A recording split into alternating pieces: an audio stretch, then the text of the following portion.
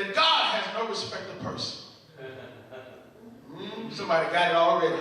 Somebody else will get it tomorrow. You get it tomorrow.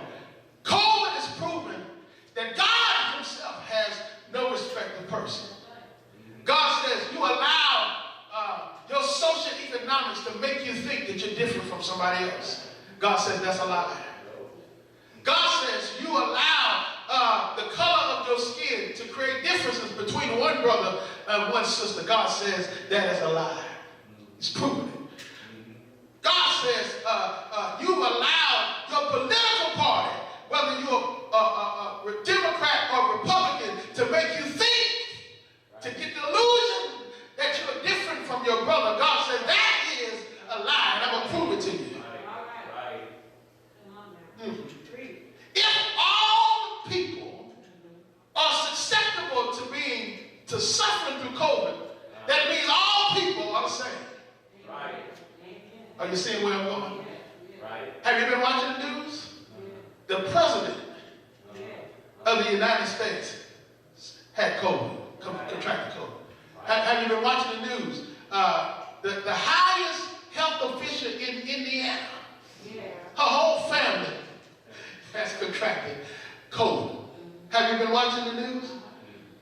Those who thought that they were different, COVID says, let me even the playing ground. Baby, you the same as somebody on the other side of the track. We are all in this thing together. COVID said, you all need each other, but you're too crazy to understand that you're the I don't help you. That you all the same. You're the same. You're the same. We're the same. God said, I put you through this so that you can understand that everybody is the same.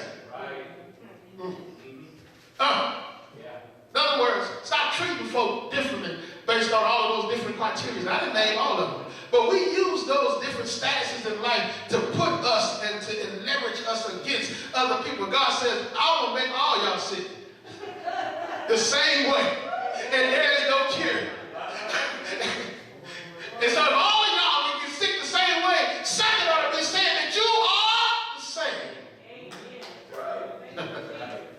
Be aware. Be alert. Be alert. It's the same playground. We're all the same. Stop hitting others higher than others. We are all, he says, the same. He says, be alert. Be alert. Be aware. He says, be alert. The devil's intention, right? Be alert of the devil's intention and his ability to, and our ability to resist him. See, if God doesn't allow the enemy, that roaring lion, Lucifer, if he don't allow the God of this world to be in our presence, we'll never understand that we can resist him. Right? Amen. What we're going through now on multiple levels, the enemy loves it and he comes to destroy. Right. Yeah. God says, that's not my intent. When I send suffering, I send it to develop. Right. Yeah. But he says the destroyer comes to destroy. He's seeking to destroy, but I'm going to develop your faith and your ability to resist. All right. I'm not going to take him out, and I'm not going to take you out. I'm going to leave both of y'all in the same ring. And he says, by faith, resist him. You should have somebody. I can't learn that fire is hot if I'm never allowed to touch it. I can't learn if an apple is good if I'm never allowed to bite it.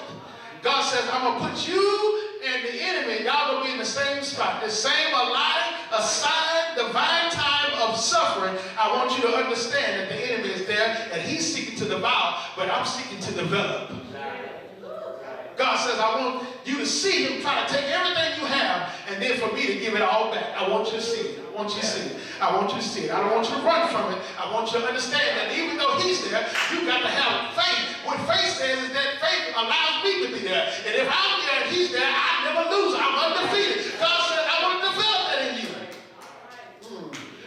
Because the fact of the matter is, when you get out of this, the devil, on the other side of COVID, the devil's still going to be there.